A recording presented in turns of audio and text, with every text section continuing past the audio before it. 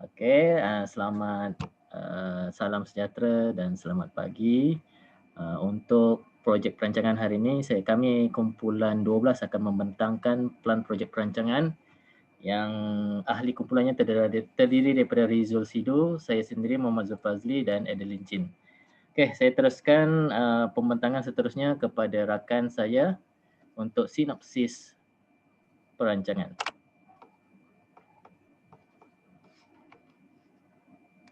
Okey, teruskan Rizul. Terima kasih kepada Cikgu Zul. Saya akan menerangkan sinopsis bagi proyek ini yang bertajuk Young Leader Challenge Camp, yaitu Camp Cabaran Pemimpin Muda 2020. Oke, peranan dan tanggung jawab pemimpin muda di sekolah seperti pengawas sekolah, ketua dan penolong kelas, pembimbing rakan sekolah dan persatuan sekolah seringkali menghadapi masalah kurang jelas dalam perkara tersebut. Kurang jelas terhadap peranan dan tanggung jawab menyebabkan para pelajar tidak dapat melaksanakan amanah dengan efektif dan seterusnya terbantu pembinaan hubungan komuniti antara pemimpin muda sekolah dengan seluruh warga sekolah. Oleh itu, adalah menjadi tanggung jawab Badan Kepemimpinan melalui kolaborasi antara unit kokurikulum, unit HEM, Badan Pengawas Sekolah, dan unit bimbingan dan konseling untuk mengadakan satu program bagi bimbingan para pemimpin muda ini untuk mengakhiri tanggung jawab sebenar dalam jabatan yang diamanahkan di samping membina jati diri setiap pemimpin muda di sekolah. Anjuran program kepemimpinan semangnya acara tahunan bagi Badan Kepemimpinan Sekolah. Bagaimanapun pada tahun ini program dirancang perlu disesuaikan dengan keadaan semasa yang dilanda pandemi COVID-19 dan pelaksanaan SOP (Standard Operation Protocol) yang disarankan oleh KPM. Next.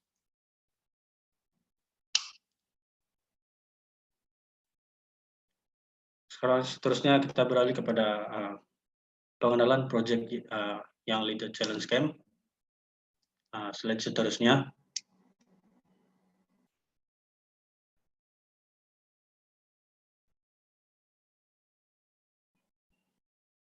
Oke, kita beralih kepada pengenalan, di mana pada tahun ini yang kita sudah ketahui program kepemimpinan dilanjutkan dalam format Mixed Mood. Program ini dianjurkan julung kalinya di peringkat sekolah, melibatkan pembelajaran secara maya mengikut modul kepemimpinan dan latihan praktikal di lokasi para pelajar sendiri, yaitu di rumah sendiri. Tujuan utama penganjuran camp ini ialah untuk memberi pendedahan kepada pengendalian tugas, memberi peluang meningkatkan motivasi para pemimpin muda sekolah. Oleh yang demikian, program ini khususnya dirancang untuk meningkatkan kemampuan kepemimpinan, pengetahuan, dan menambah pengalaman serta memantapkan para pemimpin muda sekolah. Oke, seterusnya kita beralih kepada misi, visi, dan matlamat daripada camp ini. Next slide.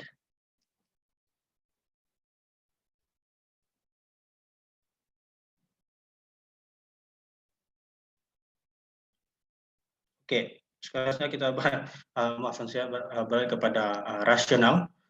Program ini dirancang untuk memberi ruang dan peluang kepada para pemimpin muda sekolah untuk berkongsi pengalaman mereka dalam memantapkan lagi profesi mereka. Semoga usaha ini akan memberi manfaat dan hasil kejayaan yang cemerlang dalam menjalankan tugas mulia mereka dari masa ke masa demi mengharumkan nama sekolah. Next slide seterusnya. Oke, kita beralih kepada visi, misi, dan matlamat. Visi daripada camp ini adalah keunggulan kepemimpinan, pembinaan komuniti, dan transformasi sekolah. Misi pula ialah memartabatkan daya kepemimpinan pelajar dalam komuniti sekolah untuk membangunkan potensi sekolah bagi memenuhi aspirasi negara. Matlamat pula yang menjadikan para pemimpin muda sekolah lebih bersistematik dan bersemangat dalam menjalankan tugas dan secara langsung membantu mengurus diri para pemimpin muda dengan lebih berkesan.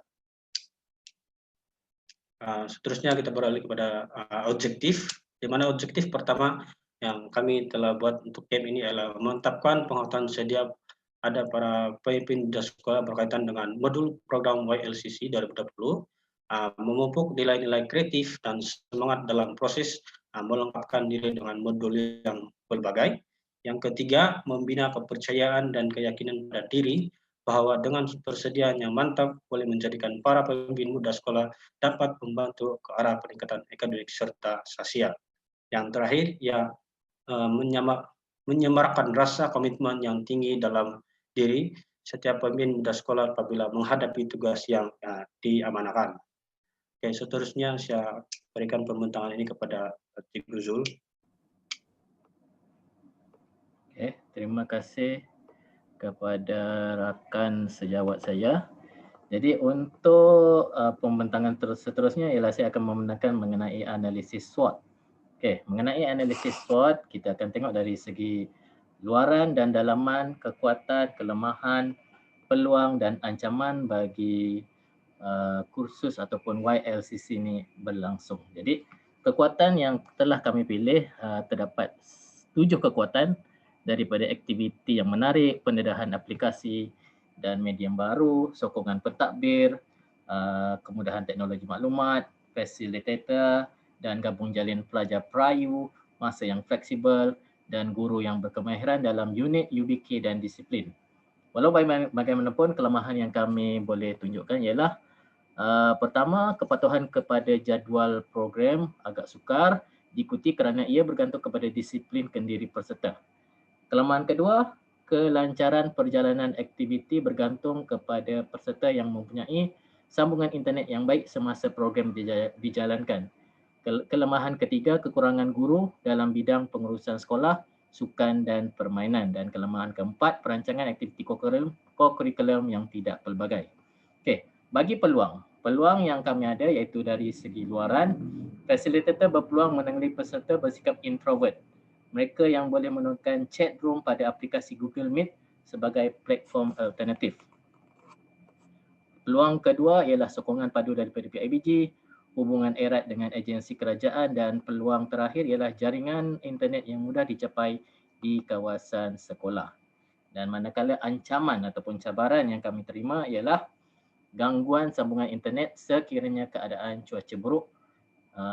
Ancaman kedua, kekurangan sambutan ibu bapa bagi program sekolah, dan ancaman ketiga ialah perkakasan komunikasi yang kurang bagi murid yang kurang berkemampuan. Jadi antara strategi-strategi yang kami rungkaikan ke dalam analisis SWOT ini, hasil dapatan untuk keempat-empat ini kami akan dapat strategi SO, iaitu S1 kami akan membuat peningkatan tahap kepimpinan, S2 memupuk budaya integrasi ICT, dan S3 mempergiat aktiviti kokurikulum berprestasi tinggi berdasarkan kekuatan dan peluang. Bagi strategi berdasarkan kelemahan dan peluang, kami menerangkan mengenai strategi pengukuhan proses pengajaran dan pemudahcaraan. S6 memperkasa program peningkatan disiplin dan melaksanakan latihan dalam perkhidmatan berdasarkan keperluan bidang tugas. Okay. Untuk strategi kekuatan dan ancaman, satu saja yang kami dapat iaitu memperkukuh hubungan sekolah dengan komuniti. Dan strategi kelemahan bersama dengan cabaran ialah kami akan mempelbagaikan aktiviti kokurikulum sebagai strategi terakhir untuk kami laksanakan YLCC ini. Jadi saya kembalikan kepada rakan seterusnya untuk menerangkan aktiviti seterusnya. Dipersilakan.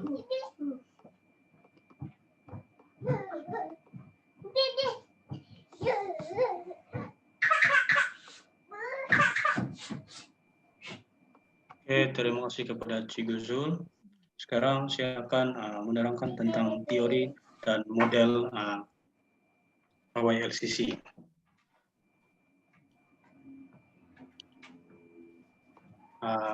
Menurut Fleischmann pada tahun 1953, menyatakan kepemimpinan adalah usaha ke arah mempengaruhi antara persoalan yang diarahkan melalui proses komunikasi ke arah pencapaian matlamat atau beberapa matlamat.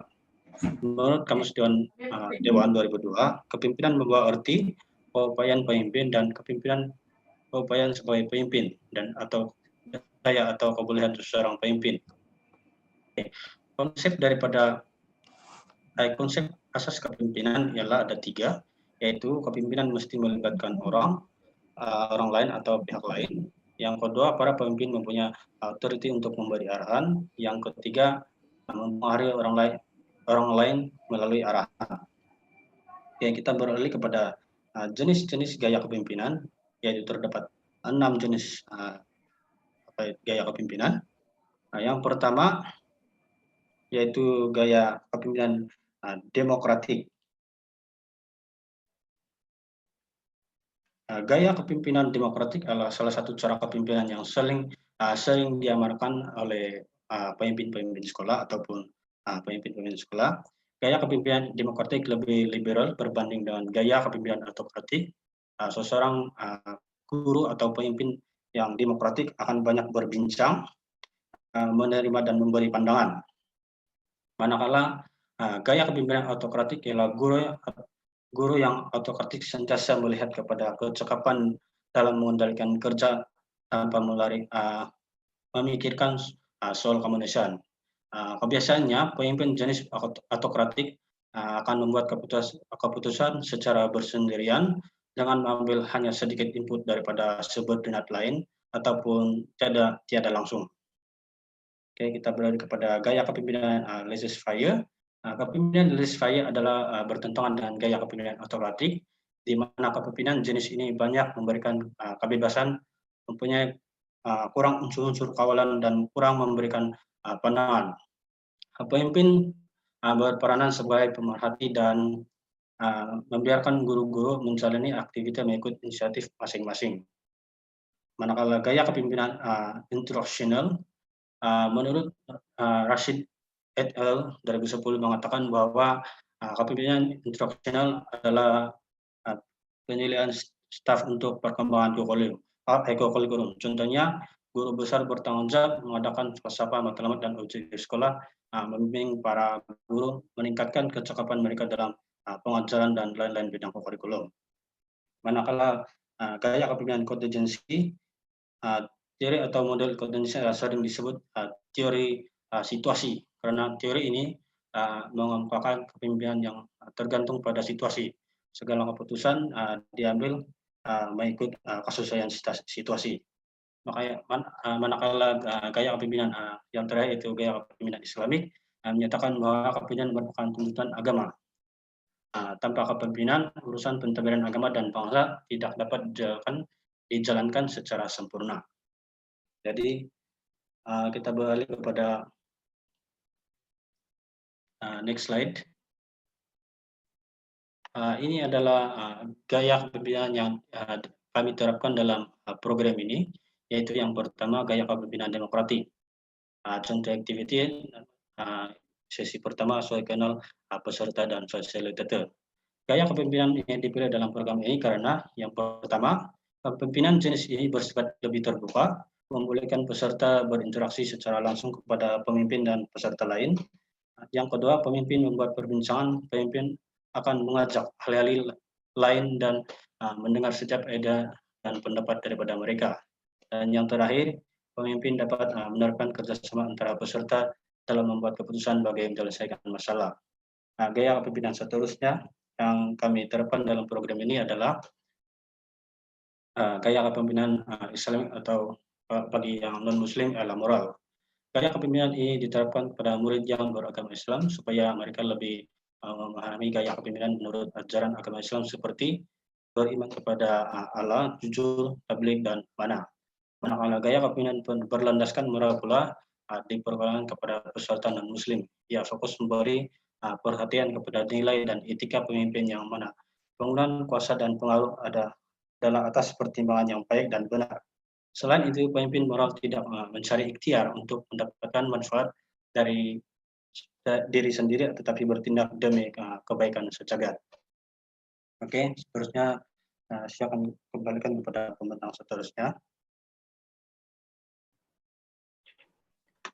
Oke, seterusnya saya akan membentangkan senarai jawatan kuasa projek. So bagi jawatan kuasa projek tidak banyak berubah.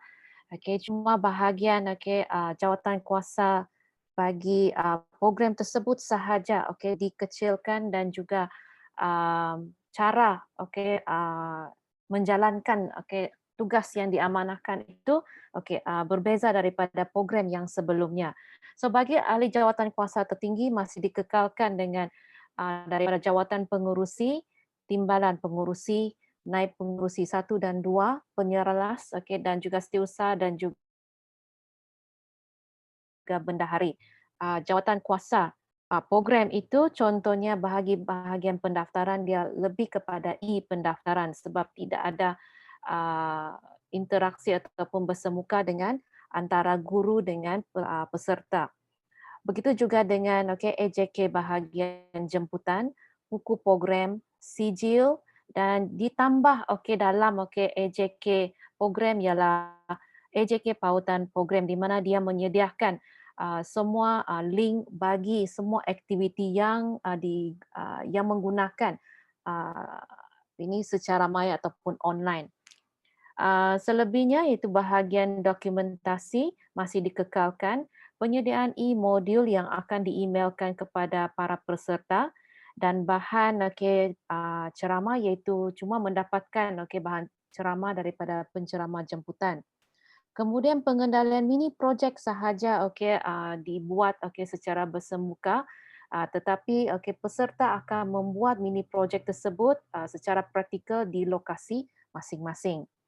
Dan ditambah di sini adalah AJK publicity dan media sosial di mana supaya pelajar yang lain yang tidak terpilih ataupun bukannya pemimpin muda di sekolah boleh mendapat idea apakah program YLCC.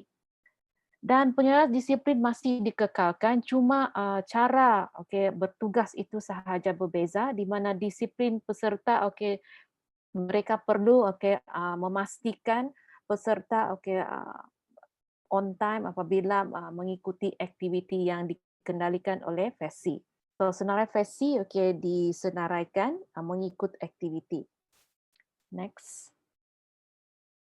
So deskripsi tugas disertakan disebabkan ada perubahan dari segi cara mengendalikan tugas, so disenaraikan mengikut AJK. Next. Bagi tentatif program dibuat dalam bentuk 3 fasa yang bermula pada bulan Februari hingga Oktober dan dia menggunakan mode secara online dan juga dikendalikan secara praktikal di lokasi peserta sendiri dan juga di lokasi sekolah apabila pembentangan mini projek dilakukan.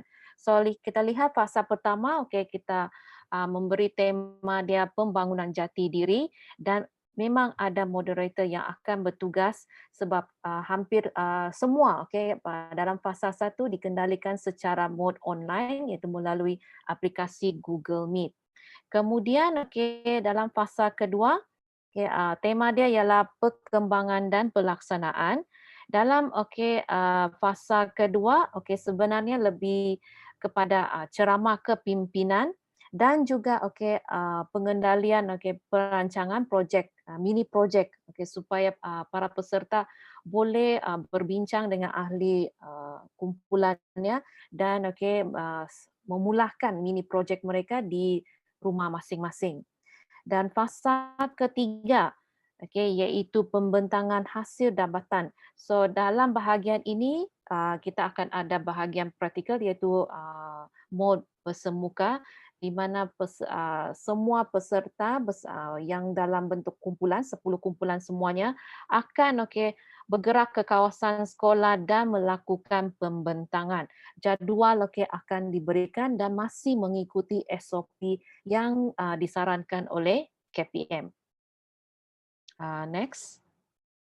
So ini adalah contoh mini project yang akan dijalankan oleh 10 kumpulan, dijangka 60 peserta akan mengikuti program tersebut.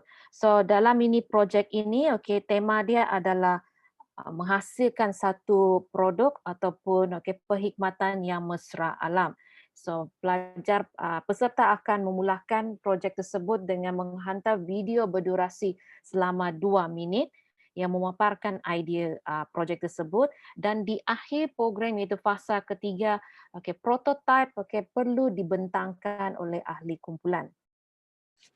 Dan gaya kepimpinan di sini diamalkan ialah gaya kepimpinan transformasi. Next.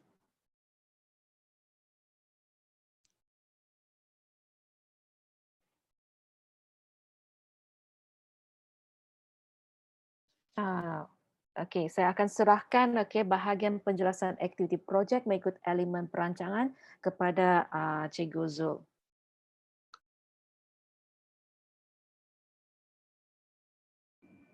Terima kasih kepada Adele atas penerangan mengenai tentatif dan keseluruhan aktiviti projek.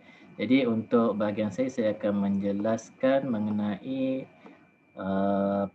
penjelasan aktiviti projek mengikut elemen yang dimulakan dengan misi dan wawasan organisasi yang telah diterangkan oleh rakan saya tadi, dari misi, rasional perancangan, penentuan matlamat dan objektif. Ini telah dibentangkan oleh rakan saya sebentar tadi. Jadi inilah penjelasan aktiviti projek mesti memerlukan bermula daripada misi, lepas itu rasional dan penentuan matlamat dan objektif. Itu yang paling penting. Seterusnya saya akan menerangkan mengenai pengenalpastian strategi pelaksanaan yang kami akan gunakan ialah medium yang digunakan untuk kursus ini ialah medium secara maya ataupun online. Jadi di sinilah strategi pelaksanaan yang digunakan bagi melaksanakan perancangan bagi YLCC ini. Okey. Seterusnya penilaian tindakan. Dalam penilaian tindakan ini kami akan bentangkan mengenai kebaikan dan kelemahan YLCC ini. Adakah kebaikan dan kelemahan ini akan kami rangkumkan keseluruhannya di dalam projek dan akan dilaksanakan sebagai penambah baik. Dan segala kebaikan yang telah dapat dalam YLCC ini kami akan tetapkan dan kami akan kekalkan sebagai penanda aras bagi program YLCC ini yang belum kalinya dilaksanakan. Okey. Bagi penggubalan rancangan. Penggubalan rancangan ini adalah hasil daripada mesyuarat yang telah dilaksanakan yang dari segi pembentukan ahli jawatan kuasa, perancangan aktiviti-aktiviti, tentatif dan perbelanjaan. Jadi dalam penggubalan rancangan ini semua AJK mengambil maklum dan terlibat dalam YLCC ini.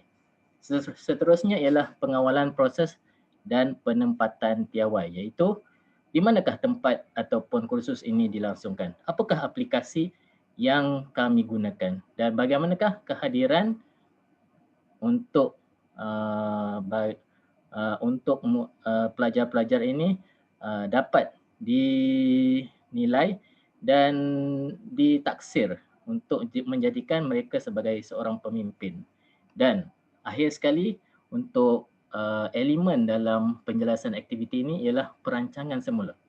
Adakah apa yang kami laksanakan ini berjaya atau tidak? Kami akan buat postmortem dan kami akan buat segala perancangan ini sama ada tambah baik ataupun diteruskan ataupun digugurkan. Jadi ini salah satu perancangan semula yang akan membincangkan segala perancangan ini untuk lebih teliti dan teratur. Seterusnya ini ialah anggaran perbelanjaan. Anggaran pembelanjaan bagi kursus YLCC ini ialah berdasarkan apa yang dilihat dari dalam skrin ini, iaitu lebih kurang RM550 anggaran bagi perbelanjaan bagi kursus ini. Ini adalah antara pembelajaran yang telah disenaraikan dan sumber adalah daripada sekolah PIBG dan juga kutipan peserta kami sediakan sebanyak RM5 seorang dan peserta yang akan hadir pada kursus ini ialah seramai 60 orang dan kami jangkakan dalam RM300 untuk keseluruhan murid yang membayar yuran untuk kursus YLCC ini. Okay. Dan perbelanjaan mengikut fasa saya akan terangkan lebih detail di dalam OPPM ataupun One Page Project Management. Okay, inilah One Page Project Management yang saya akan terangkan, iaitu di sini saya lebih kepada One Page Project Management daripada SLT. SLT ialah Senior Leader Team yang menerangkan yang lebih kepada pentadbir, iaitu pengetua, guru besar ataupun penolong kanan dan juga AJK induk yang terdapat dalam program YLCC ini. Itu di mana OPPM ini dia merangkumi keseluruhan projek yang akan dilaksanakan, iaitu dari segi cartagan, dari segi aktiviti yang dijalankan, objektif bagi setiap program yang dijalankan.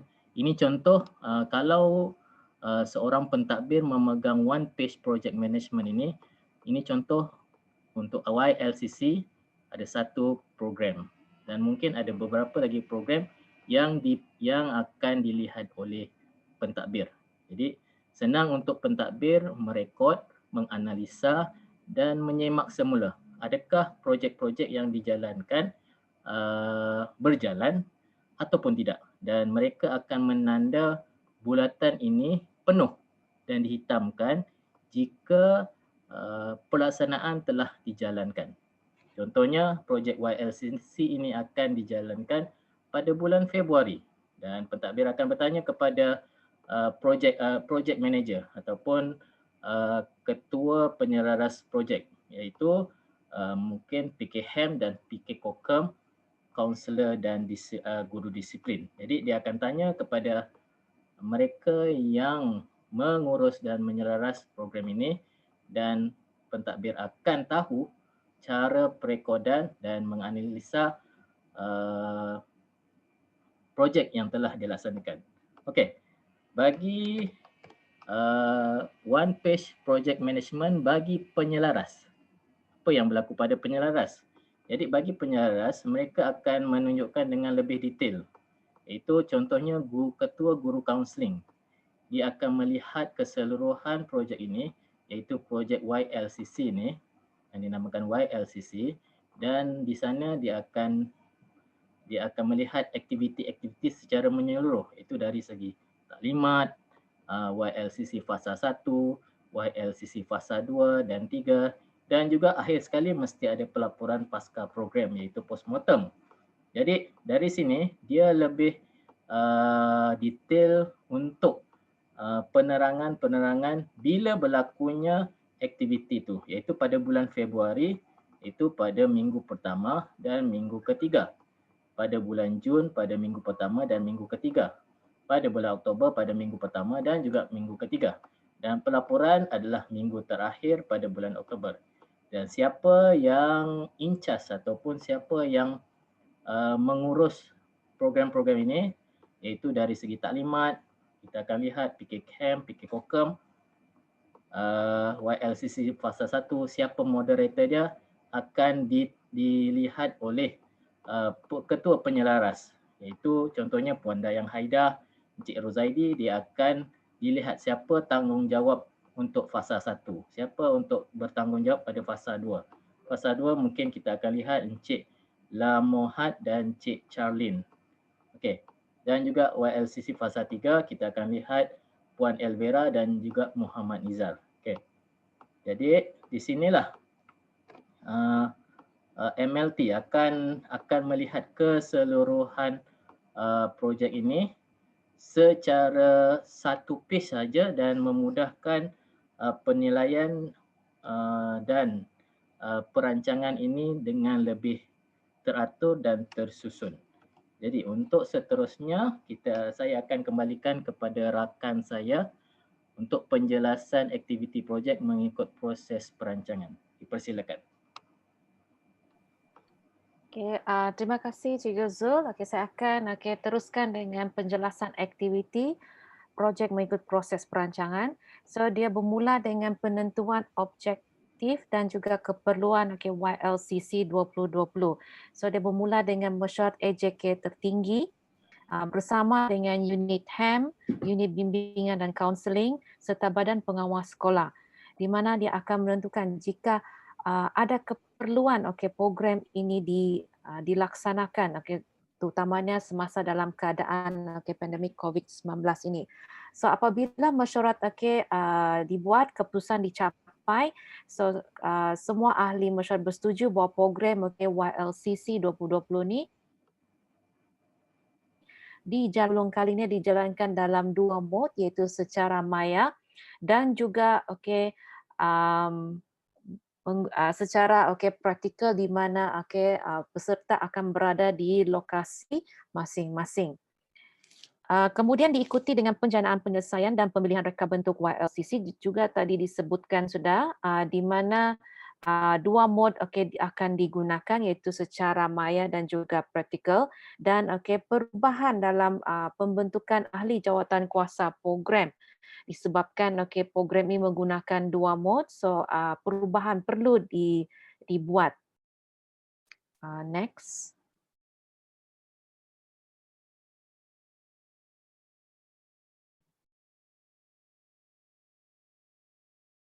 Okey, diikuti dengan pelaksanaan reka bentuk YLCC 2020, di mana memerlukan perancangan yang teliti, sebab kemungkinannya ada masalah ataupun perkara yang di luar jangkaan akan berlaku sepanjang program berlangsung.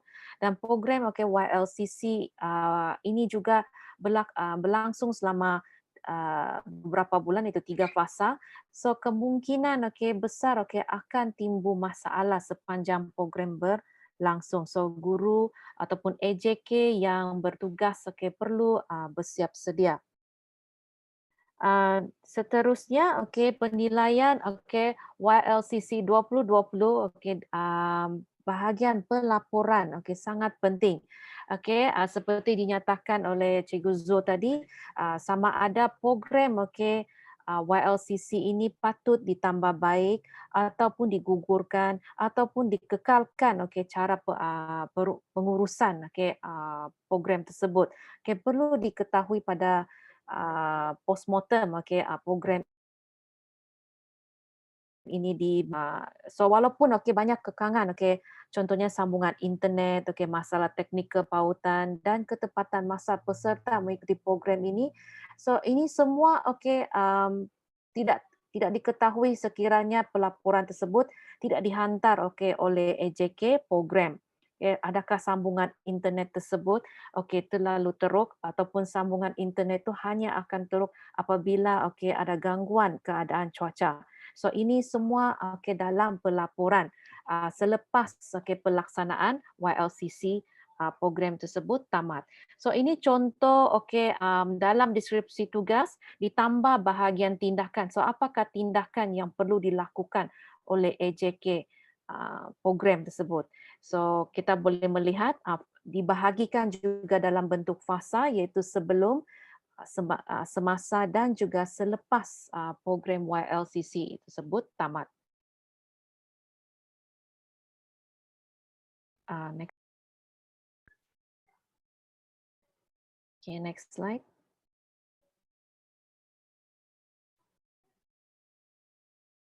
Next. So di bahagian kesimpulan, perancangan berkait rapat dengan masalah semasa sesuatu tempat pada satu jangka masa tertentu. Ianya berfungsi sebagai satu cara bagi menyelesaikan masalah atau merupakan cara-cara untuk merancang atau merancang secara baik. So, secara umumnya perancangan adalah merupakan satu proses yang berterusan dan bukan hanya terlibat dengan penyediaan plan tetapi juga merumuskan cara-cara dan peringkat-peringkat ke arah penyelesaian masalah. Oleh itu, sebagai perancang dalam situasi norma baharu ini, satu pelan tindakan yang teliti dan terperinci sentiasa dititik beratkan agar objektif dan misi bagi sesuatu perancangan dapat dilaksanakan dengan baik.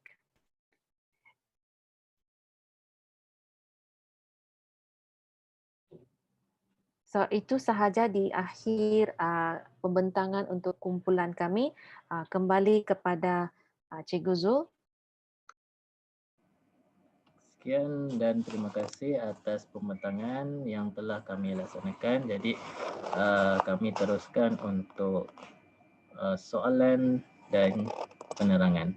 Dengan segala hormatnya, dipersilakan.